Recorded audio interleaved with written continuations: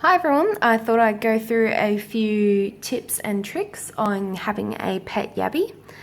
You can see my little one over here, Mac, chilling in her log. She's also got Monty behind her. You won't be able to see him, but he is tucked up in there. So, first rules of a Yabbie tank, they're escape artists and they're really, really good at it. So please, please, please get a tank that has a lid over the top, or if they don't have a lid over the top, keep the water level lower than their body width. Otherwise, they tend to climb up the tubing, the filter, plants, anything in there they will climb. You can see her down here playing with rocks, moving them around. Another tip for you, please make sure you get lots of little pebbles for them. I know people don't often keep them with rocks and stuff in there. I think that's a little bit sad because my Yabbies absolutely love to do excavation work. All these pebbles in here, all these stones, I didn't put them in there. No, they look horrible in there.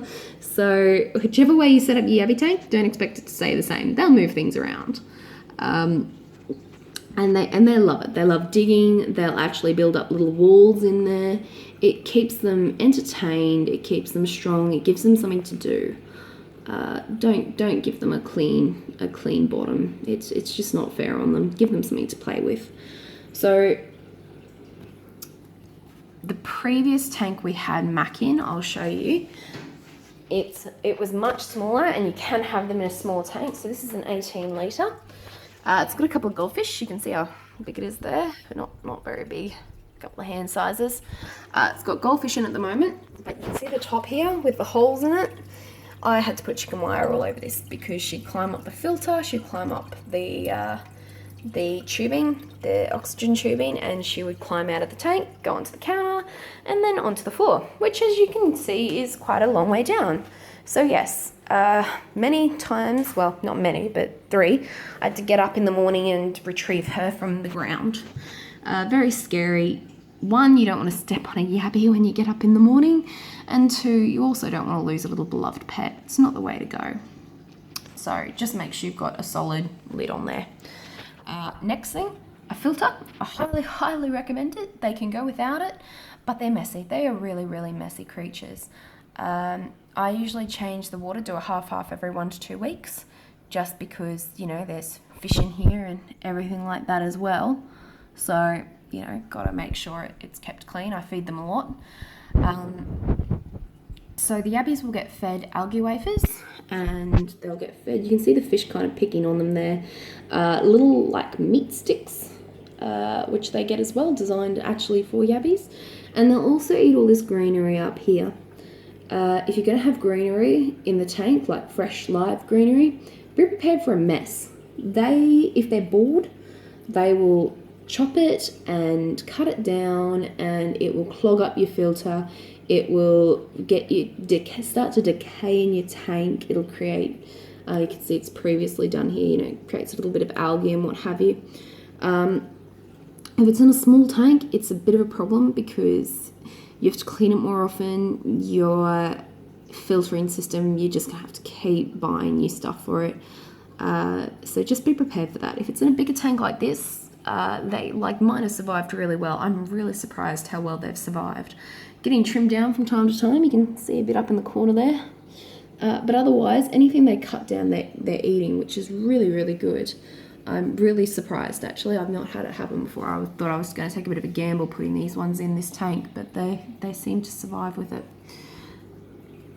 So your next point of fact is to have a lot of hidey holes for them. Despite her staying in there at the moment, she's actually really, really active. She's got some babies on board, so she's been hiding out a lot lately, which is fair enough. Can't blame her. But they like to climb, they like to crawl, they like to get into all sorts of things. So the more little hidey holes you can offer them, the happier they'll be, because it means they can escape from things. They can escape from you, they can escape from the fish, they can escape from the light, each other. So in the other tank that I showed you before, I only ever had 1 Yabbie. I got Mac originally, as I think I've said in another video, with another Yabbie. Nah, didn't work out, and they were like that big. They were much smaller. They were about the size of those dots. So it was only when I got a really big tank and spoke to the people at the pet shop exactly what I had. And they agreed that, yep, you could have 2 in that sort of size. And I obviously watched them. But they get along like a house on fire, considering they're both tucked in there. They've got the entire tank. But yeah. So there are many ways you can deck out your tank, really, to make it nice and authentic. I like the natural look. I like it, you know, just looking like a nice, clean sort of drop-off. I've read, I'm not sure how true it is, that the Yabbies kind of adapt to their environment in colour. So hence why I've got the blue rocks, because they're blue Yabbies. Ah, here we go. Mac's eating at the moment, and I'm not sure, she's dropped it. It's all right. We missed it. Just going to prove how much of a mess she makes. But apparently the Yabbies adapt to their environment. Oh, look, you can see all the eggs under there. She's come out enough. I hope you can see them a bit. Hopefully she'll flex out her tail. But there is a little bit of reading I've done. It says that they changed their colour to their environment. Not sure how true that is, but I've taken it as much as I can, and I've just given them a whole lot of blue stones because they are blue Yabbies, so I want them to look as blue as they can. So there you go, she's having one of her little meat sticks, so I pack in the blue stones there for her. So I'm not sure where you can see it on camera, but there's a whole lot of debris that comes away when they're eating. Very, very messy little creatures. So yes, there are the do's and don'ts. You can put anything in there. Tree branches, of course, everything get it from the pet store. Don't go picking up anything from the streets. I made that mistake with goldfish. I got some rocks off the road, and of course it killed all the goldfish. So yeah, please just get it all from a pet store. Please, please, please. Very interactive pets, make wonderful pets. I'm hoping she'll come out again and I can show you those eggs a little bit better. Oh, she's probably just going to duck back in. Bummer. Sorry, guys. She's clearly not in the mood for show and tell. So Monty's been doing really well. He's just back in there, but I don't think you'll see him particularly well. Anyway, do's and don'ts of the fish tank. Let me know if you've got any questions. I will try my very best to answer.